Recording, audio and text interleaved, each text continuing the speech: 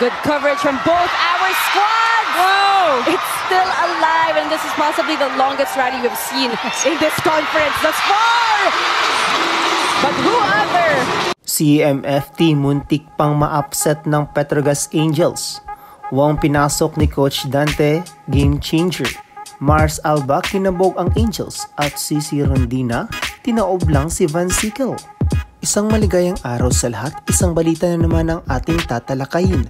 Ngunit bago natin yan simulan ay huwag mo munang kalimutan mag-like, share, subscribe, paki-spike na rin ang notification bell para maging updated ka sa hype ganap ng Pinas.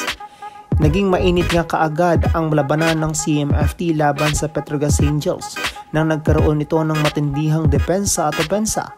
Halos pareha nga lang ang naging performance ng dalawa throughout the game. Maliban rito ay nagpakita ang dalawang panig ng husay in all departments. Ngunit bandang huli ay nakuha ng Titans ang panalo in a 5 thrilling sets sa score na 24-26, 25-22, 25-18, 24-26 at 15-13. Hindi nga naging madali para sa Titans na makuha ang panalo dahil umahabol nga ang Angels sa kanila. Hindi nga pwedeng maging kampante ang Titans kahit nauna pa sila sa pagpuntos dahil anytime at any moment ay kaya silang mahabol ng Petrogas Angels. Sa simula ng sets ay maganda nga ang naging gising ng Titans dahil makikita mo nga sa mukha nila na kaya nilang mapataob ang Angels ng madalian. Ngunit di nila alam isang patibong lang pala ng Angels ang paunahin sila sa laban, kung saan ay pinako nga ng Angels ang Titans sa match point nito at hinabol ng Angels at na-reverse win pa nila sa unang set with a 7-0 run at nakuha ng Angels ang panalo in an extended set sa score na 24-26. Sa mga sumunod na set ay tila naging complacent ka ang Titans sa kanilang performance kung saan ay nakuha na nga nito ang kanilang laro.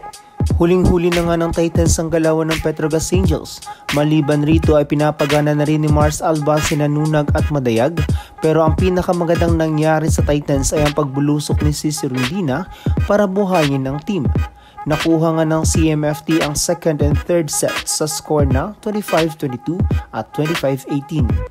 Pagdating sa ika-4 na set ay nagkaroon muli ng palitan ng momentum dahil na rin sa mga errors na ibinigay ng dalawang panig. Hinabol nga ng Angels ang kalamangan ng Titans, si Sabete nga halos nabigay ng puntos para sa Petrogas Angels. Medyo tahimik pa nga si Van Sickle sa kanilang panig, sa huli na bawi ng Angels na ika-4 na set sa score na 24-26. The fifth set is on. Dito nga ay kabado na nga ang lahat ng manunood dahil di nga alam kung sino ba sa Titans at Petrogas Angels ang makakakuha ng panalo. But the Titans remains consistent and clean kaya't nauwi ng Titans ang 5th set win dahil na rin sa crucial error ni Buitre na naghatid sa CMFT sa kanilang second win in the preliminary. Player of the game nga rito ay si Mars Alba na nag-initiate ng magandang sets para sa Titans. 5 nga ang nakapag-double digits dito sa kanilang team o lahat ng players na nasa loob ay nakapag-double digits. Starting with CC Rondina who has 24 points, Tolentino with 17 points, Molde with 12 points at tig 11 points naman si Nunag at Madayag. Samantala nasayang naman ang 29 points ni Sabete na bumuhat sa kanyang team. Di rin naging sapat ang triple-double ni Van Sickle with 18 points, 22 digs and 15 excellent receptions. At nagtala rin naman si Fontillas ng 15 points. Hindi nga naging madali para sa Titans na makuha ang panalo dahil rito ay siguradong magdodoble ingat na nga ang Titans sa mga susunod nitong mga laban. Ngunit isa rin sa inabangan ng mga fans ang pagpasok ni Dina sa laro. Although nagkaroon man ito ng error sa unang set ay bumawi naman ito sa second set kung saan ay binago nito ang laro ng CMFT. Although makikita mo pa rin naman sa kanyang movement na may sakit pa rin itong iniinda ay nabigyan pa rin ito ni Coach Dante ng time to play with her team. Sa ngayon ay may record na ang Titans with 2 wins and 0 losses.